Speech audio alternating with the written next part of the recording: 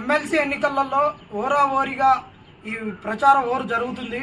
ఈ ఎమ్మెల్సీ ఎన్నికలలో నిలబడ్డ వాళ్ళలో ప్రధానంగా బక్కా జడ్సన్ అన్న గెలుపు అంచులలో ఉంటే, బక్కా జడ్సన్ అన్న డిసెంబర్ నుండి ప్రచారం చేసుకుంటుంటే, బక్కా జడ్సన్ అన్న 40 సంవత్సరాలు తన జీవితాన్ని దారబోసి దాదాపు 30 సంవత్సరాలు కాంగ్రెస్కు సేవ చేస్తే బక్కా జడ్సన్ అన్నను బయటికి పంపిస్తే, ఆయన ఈరోజు నిరుద్యోగుల పక్షాన, తెలంగాణలో ఉన్నటువంటి ఉపాధ్యాయుల పక్షాన, ఉద్యోగుల పక్షాన, అందరి పక్షాన ఉండాలని ఎమ్మెల్సీకి ఒక చట్టసభలలోకి, ఒక మేధావుల సభకు వెళ్ళాలని ఆయన ప్రచారాన్ని చేసుకుంటుంటే, ఆయనను కాంగ్రెస్ పార్టీ నుండి వెళ్ళగొట్టడమే కాకుండా ఇంకా చట్టసభలలోకి కూడా రావద్దని ఆయన మీద కుట్రాలు పన్ని ఆయనకు ధీటుగా, అంటే ఆయన నిరుద్యోగులలో ఎంతైతే పట్టు ఉందో ఆ పట్టు నుంచి కొంత కాంగ్రెస్ పార్టీకి ఓటు షిఫ్ట్ చేయాలని, కాంగ్రెస్ పార్టీ నుంచి నిలబెడుతున్న తీన్మార్ మల్లయ్యను, దొంగ మల్లయ్యను గెలిపించాలని అశోక్ని దింపిర్రు. అసలు ఈ అశోక్ ఎవరు? అశోక్ని ఎట్లా దింపిర్రు? అశోక్ను ఇంకొకళ్ళకున్న రాజకీయ అక్రమ సంబంధం ఏందనేది మీకు కళ్ళకు కట్టినట్టు చెప్తాం. ఇగో అశోక్ అనే వ్యక్తి ఇక్కడ మీరు చూడండి, ఈ ఫోటోలలో చూడండి. అశోక్ అనే వ్యక్తి, అశోక్ ఫస్ట్ గ్రూప్ 2 ఉద్యమం నిరుద్యోగులు చేసిందని చెప్తున్నాడు కదా. ఇక్కడ ఆయన ఏం చేసిండో, ఫస్ట్ ఈయన అది ఇది చేయడం వల్ల నిరుద్యోగుల పేరుతోటి ఆయన రాజకీయాలలోకి రావాలని అనుకున్నాడు. నిరుద్యోగులకు చేస్తే మంచిదే, రాజకీయాలలోకి రావాలనుకుంటే స్ట్రైట్ ఫార్వర్డ్కి వస్తే మంచిదే, కానీ ఈయన నిరుద్యోగుల పక్షాన పోరాడుతుందని చెప్పేసి చేస్తే ఆయన మీద ఆ రోజు పీడీ యాక్ట్ అక్రమంగా పెట్టిరు. సార్ వద్దు, మీరు రావద్దు అని చెప్తే వచ్చిండు. ఇక ఈడ అరెస్ట్ అయిండు. ఇక్కడికి రమ్మని చెప్పింది ఎవరు? ఈయనకు బల్మూర్ వెంకటే చెప్పిండు. అరెస్ట్ అయిండు. దీన్ని ఇప్పుడు వీడియోలలో చక్కర్లు కొట్టిస్తుండు.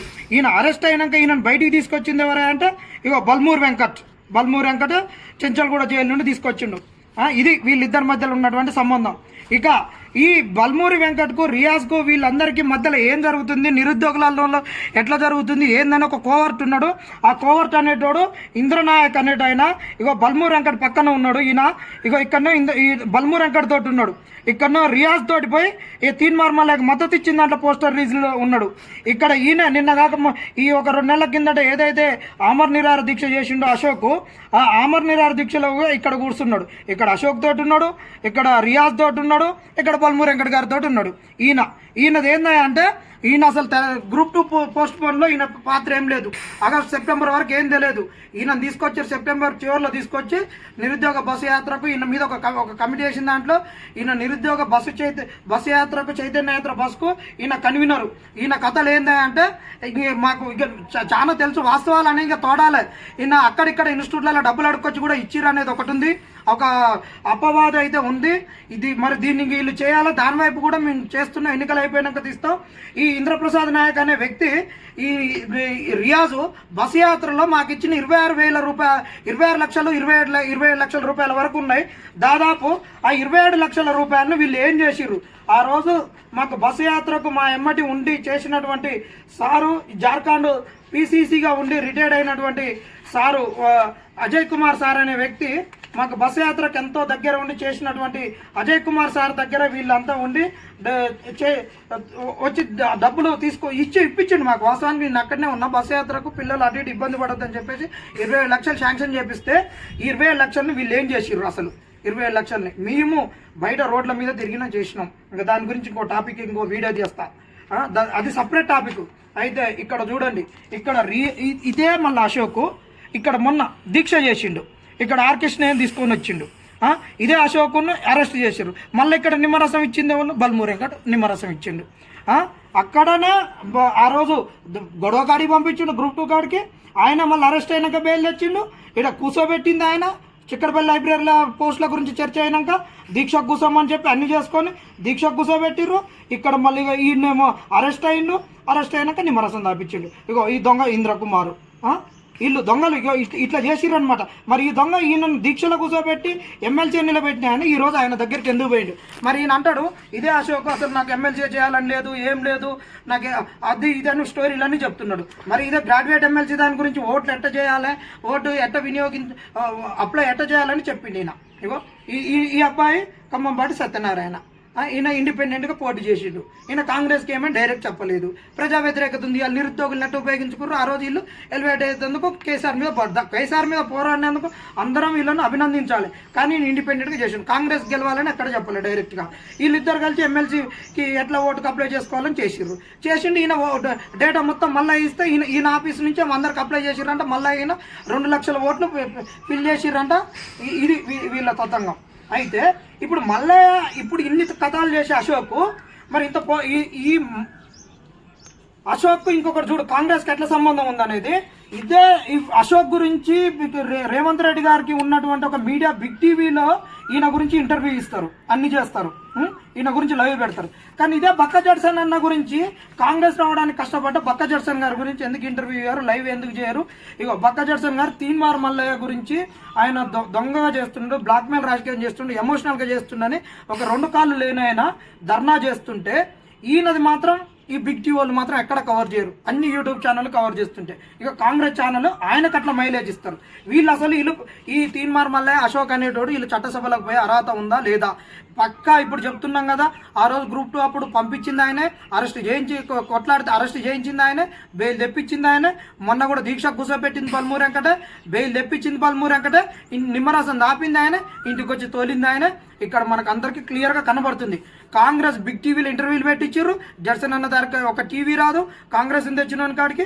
మరి ఈ ఛానల్కి ఎందుకు కనిపిదు? ఆ రోజు టీవీ 9 అన్నింటినీ తిట్టారు కదా. అసలు వీళ్ళు నిజంగా చట్టసభలకు ఈ తీన్మార్ మల్లయ్య పనికొస్తాడా? చూడు ఇక్కడ నన్ను జంపురి, అరే నువ్వు పోరాడేటోనివే 119 మంది ఎమ్మెల్యేలు చచ్చిపోయిన కాంగ్రెస్ పార్టీని గెలిపించిన నువ్వెందుకు వస్తావురా నాయన? నువ్వు చావద్దు, నేను నన్ను నాకు శాసన మండలి పంపితే పంపురు, లేదంటే శ్మశానానికి పంపమని ఇక ఈయన చెప్తాడు. ఈయన ప్రచారం ఇక అశోక్ చూడు, శాసన మండలికి మేధావులు పోవాలి, వీళ్ళ మేధావి ఎంత డొల్లతనమో ఈడేమో ఎమోషనల్గా బ్లాక్మెయిల్ చేస్తాడు. ఈయన అందరి కుల సంఘాల దగ్గరికి వెళ్తుంటాడు. మేధావుల దగ్గర కులాలు ఇవన్నీ ఎందుకు? చట్టసభలలో పోవాల్సిన వాళ్ళు ఎమ్మెల్యే లెక్కనే చేస్తారు. ఇక్కడ మళ్ళీ ఈయన లొట్టి పట్టుకొని చేస్తాడు. ఈడ మొన్నటి వరకు ఉద్యమంలో ఉన్నటువంటి పాఠాలలో ఎక్కడ కానీ ఈ కుల వృత్తులపైన ఆశ్రిత కులాలపైన క్వశ్చన్స్ వస్తాయి. ఈ ఉద్యమ చరిత్ర 10 ఏళ్ళలో ఎక్కడ కానీ మరి ఇటు మోగ కట్టుకొని ఆయన వస్తువుల గురించి ఎక్కడ చెప్పలే. ఇది కులాన్ని తీసుకొచ్చిరు వీళ్ళు.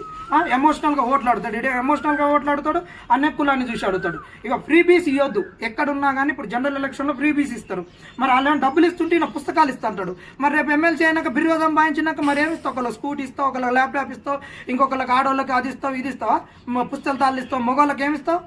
ఇక వాళ్ళకి అందరికీ లిక్కర్లు దాపి ఇక మరి ఎమ్మెల్యే ఓట్లు వచ్చేసరికి ఇంకేమి ఇస్తాడు? చూడు జనాలను ఎంత సమీకరించిండు. వీళ్ళందరూ రేపు ఒక కొద్ది వరలో ఇటు నిరుద్యోగులు ఉన్న వాళ్ళు రేపు అందరూ గ్రూప్ 2 గ్రూప్ 1 ఆఫీసర్లు కావాల్సిన వాళ్ళని అందరినీ రోడ్లు ఎక్కించి వీళ్ళందరినీ బయటికి డబ్బులు తీసుకొచ్చి ఆడోళ్ళతో కోలాటాలు వేపించి అంతా అల్లోకల్లోలంగా ఒక ప్రధాన పార్టీలు ఎట్ట చేస్తారు అట్లా ఈయన మేధావితనం ఎక్కడుందో ఒక ఆయన అంటాడు, అశోక్ సారు ఒక ప్రొఫెసర్ అంటాడు.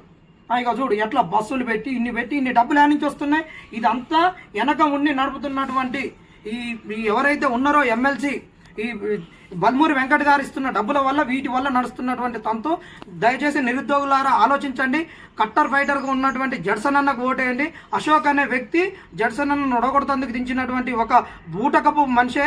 మల్లయ్యను గెలిపించడానికే వీళ్ళందరూ పన్నిన పన్నాగం. బల్మూరి వెంకట్ అయినా, రియాజ్ అయినా, కాంగ్రెస్ పెద్ద నాయకులైనా వీళ్ళందరూ కొంతమంది, అందరు కాదు, కాంగ్రెస్లో 90% నాయకులకు బక్క జడ్సన్ అన్న గెలవాలని ఉంది. కొందరు మూర్ఖులు, కొందరు వాళ్ళ స్వప్రయోజనాల గురించి కాంగ్రెస్ను గెలిపించడానికి కాంగ్రెస్ కొరకు పాటుపడ్డ బక్క జడ్సన్ అన్నను ఇంటికి పంపించాలని చూస్తున్నారు. కానీ తెలంగాణ సమాజం ఆయన హక్కున చేర్చుకొని గెలిపిస్తుంది. నిరుద్యోగులారా అశోక్ను నమ్మొద్దు. అశోక్ అనే వ్యక్తి ఒక బూటకపు వ్యక్తి. ఆయన దొంగ దీక్షలు చేసిండు. ఆయనను ఆలోచించండి. మొన్న ఆయనతోటి దీక్ష కూర్చున్నోడు తీన్మార్ మల్లయ్యకు ఏ విధంగా మద్దతు ప్రకటించిండో ఒక్కసారి మీరు ఆలోచించుకోవాలి.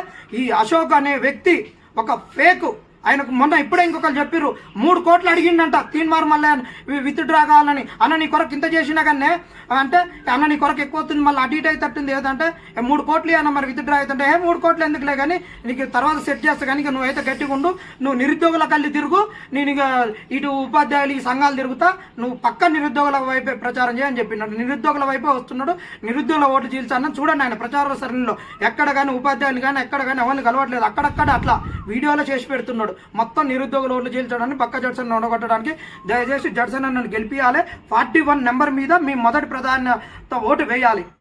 ఇలాంటి మరిన్ని తాజా వార్తల కోసం ARG న్యూస్ టీవీని సబ్స్క్రైబ్ చేయండి.